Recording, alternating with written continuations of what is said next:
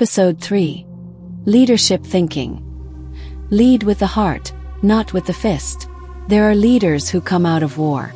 There are those who come out with power, with force. But Nelson Mandela, he did not win with punches. He won with his heart. A man who was imprisoned for nearly 3 decades, treated in the environment, and walked out of the house with a smile. Not because he forgot, but because he understood. True leaders do not lead with hatred, but with tolerance. The day Nelson Mandela was free, the whole world watched. No one knew what he would do. Respond to work, revenge, uprising. The first thing he did was to reach out and shake the hand of the then South African president, the man who had signed the order to remove him. Why did he do that?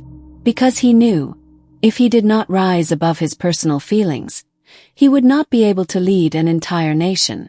Mandela once said, "If I had not left my pain behind the prison doors, I would still be in prison." After becoming president, Mandela had supreme power. He could have made any judgment, but he chose to invite those who had opposed him into the national unity. He understood that forgiveness is not forgetting. It is putting restoration above punishment. He went to every community, every place where there had been sharing, to listen. He wore the national rugby team shirt, the symbol of white people, to unite the people.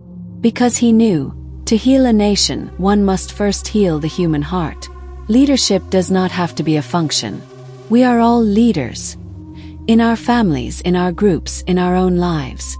So how do we cultivate a field leadership mindset like Mandela? 1. Control your emotions before you act. Emotional reactions are instinctive. Calm reactions are the domain. 2. Listen quietly when you disagree. No need to agree, but need to understand. Understand to connect. Connection to path. 3.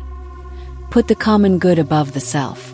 Mandela did what he did not like, because he knew it was good for the country. 4. Do not harbor hatred, because hatred is a mental shackle. Holding on to the path is an act of freedom from within. You do not have to be president to lead. You just need to be brave enough not to react like everyone else. Brave enough to love when others choose to hate. Calm enough to see beyond the immediate benefit. And above all, leadership is inspiring others to want to be the best version of themselves. Nelson Mandela did not lead a country. He led a generation, a world. Not with power, but with his heart. If you believe that leadership is an action that begins from within, comment again. I choose to lead with my heart. And don't forget to subscribe to the channel to continue watching episode 4. The power of integrity. When actions speak more than words.